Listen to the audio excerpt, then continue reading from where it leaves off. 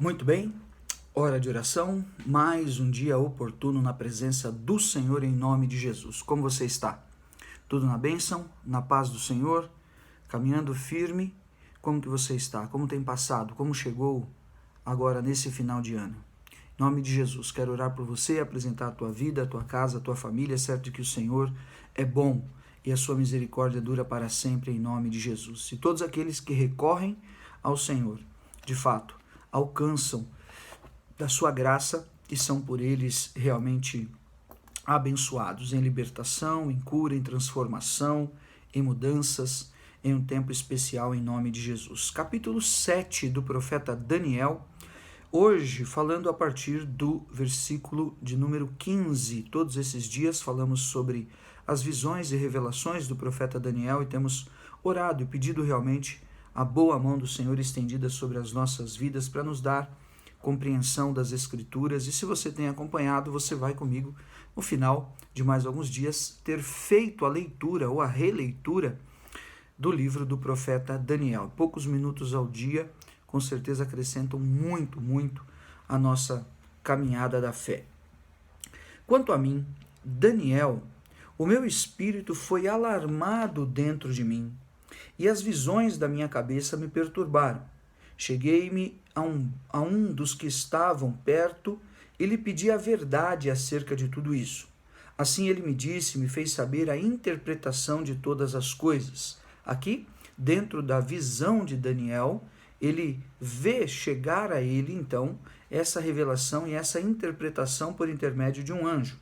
Esses grandes animais, a revelação veio a ele, que são quatro reinos que se levantarão sobre a terra.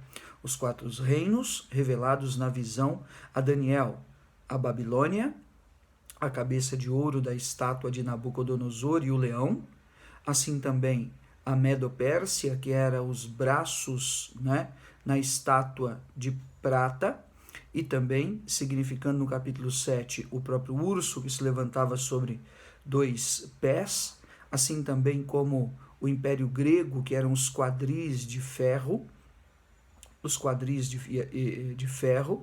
e a cintura de ferro, que era a Grécia, aqui na visão do capítulo 7, o leopardo, e o quarto animal, que lá na visão de Daniel, capítulo 2, na visão da estátua de Nabucodonosor, eram as pernas e os pés em parte de ferro e em parte de barro, que aqui no capítulo 7 ele viu no versículo 7 um animal que ele não sabia distinguir qual era, espantoso e sobremodo forte. Então, quatro animais, quatro reinos que se levantariam sobre a terra: na Babilônia, Nabucodonosor; na Medo-Pérsia, Dario e Ciro; na Grécia, o próprio Alexandre o Grande; e depois César, o imperador romano.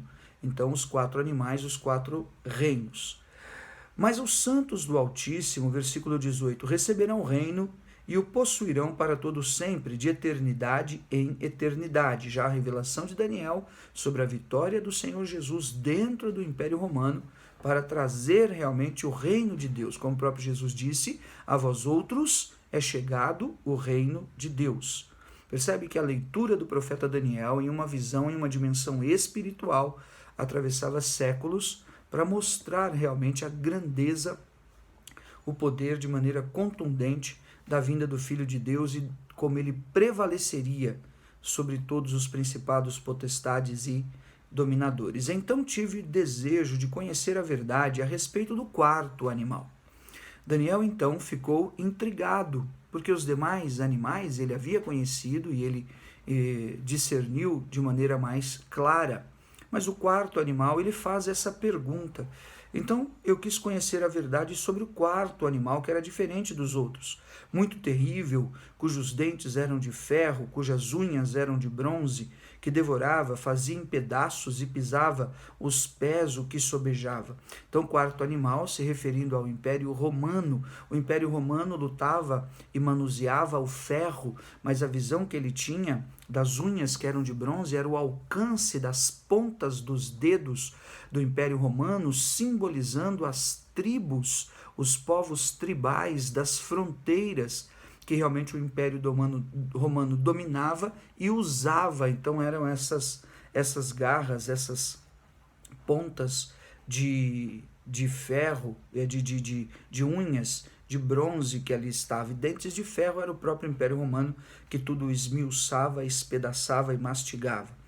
E também a respeito dos 10 chifres que tinha na cabeça, e do outro que subiu, diante do qual caíram 3 daquele chifre, que tinha olhos e uma boca que falava insolência e parecia mais robusto do que os seus companheiros. Daniel via naquele animal, que simboliza o Império Romano, 10 chifres. 3 dos chifres caíam, um dos chifres se tornava mais protuberante e esses chifres tinham olhos. Então ele vai mostrar que são os grandes líderes, os grandes generais romanos, onde 3 são depostos e um outro mais proeminente, ele também se levanta. Então a visão que ele estava tendo dos chifres eram os governos, eram as lideranças, eram os generais realmente que iriam se sobrepor. E depois, historicamente também, nós vamos ver ao longo da história da própria fragmentação do Império Romano, que basicamente todo o império foi dividido, diluído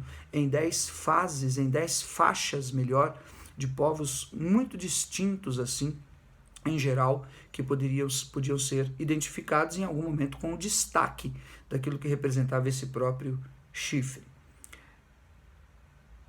Eu olhava, e eis que este chifre fazia guerra contra os santos e prevalecia contra eles. Veja só. Até que veio o ancião de dias e fez justiça aos santos do Altíssimo, e veio o tempo em que os santos possuíram o reino. Falando aqui então da perseguição contra a obra do Senhor, e de que o Senhor realmente daria essa liberação, essa vitória a eles. Então ele disse: o quarto animal será um quarto reino na terra, o qual será diferente de todos os reinos, e devorará toda a terra, e pisará os pés, e fará em pedaços. Os 10 chifres correspondem a 10 reis que se levantarão daquele mesmo reino, e depois deles se levantará outro, o qual será diferente dos primeiros, e abaterá a 3 reis. Então, essa situação, como descrevi, do quarto animal, do Império Romano diferente, preponderante, dos seus 10 reinos divididos, e um deles que se levantava e prevalecia. Proferirá palavras contra o Altíssimo, magoará os santos do Altíssimo, e cuidará em mudar os tempos e a lei, e os santos lhe serão entregues nas mãos por um tempo, 2 tempos e metade de um tempo. Aqui então, essa condição da perseguição do Império Romano para com a igreja em seus dias, nos coliseus, nas perseguições, nas mortes e martírio dos próprios apóstolos e bispos depois das próprias igrejas que haviam sido estabelecidas, e a mudança da lei, a mudança dos tempos e tudo mais, que nós vamos ver realmente nesse período do 1º, do 2º, do 3º século, principalmente depois de Cristo, até os dias de Constantino, imperador romano. E aqui ele diz, isso vai durar por 1 tempo, 2 tempos e metade de um tempo. Basicamente, é o simbolismo para 1 ano, 2 anos e 3 anos e meio. Entretanto, não se pode afirmar isso pelos próprios comentaristas bíblicos, que seria esse período.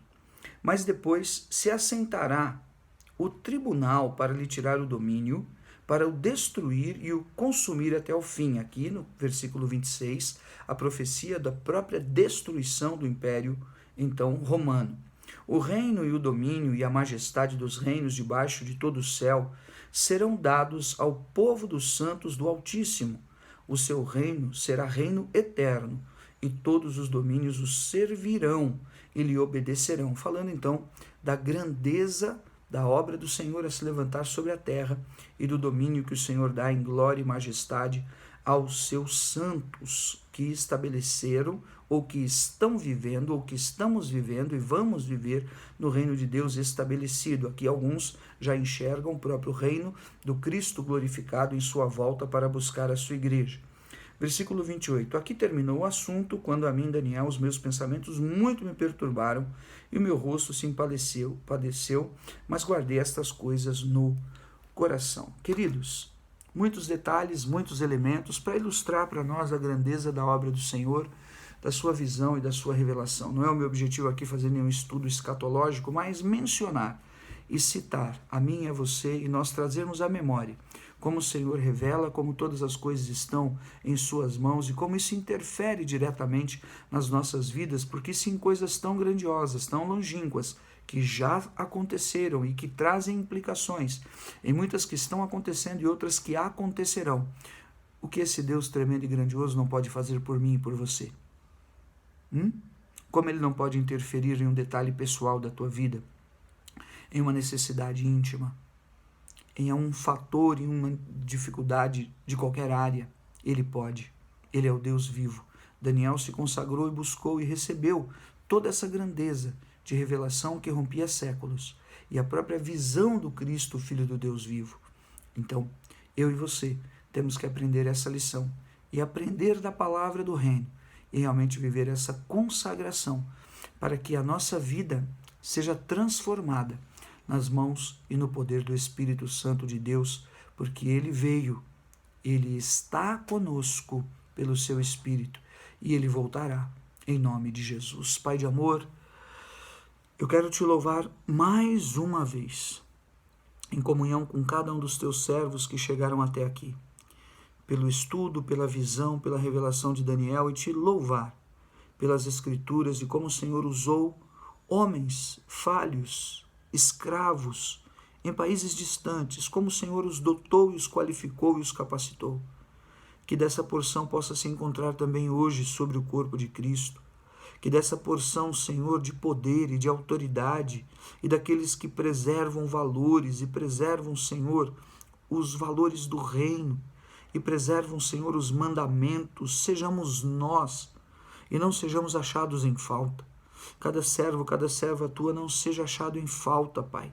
Abençoa, põe em liberdade os cativos e os oprimidos, manifesta a fé, traz o dom, o interesse pela palavra, Pai, para que se levantem mestres, pastores, homens e mulheres de Deus, daqueles que não estão somente voltados ao seu próprio ventre, preocupados com a rotina do seu dia a dia, querendo algo aqui ou algo ali, mas daqueles que podem romper com toda e qualquer limitação, ameaça ou ação de Satanás, oriunda do passado, ou prisão e cadeia, e declarar abaixo as obras de Satanás, glorificar o teu nome por um caminho de renúncia, Senhor, sem igual.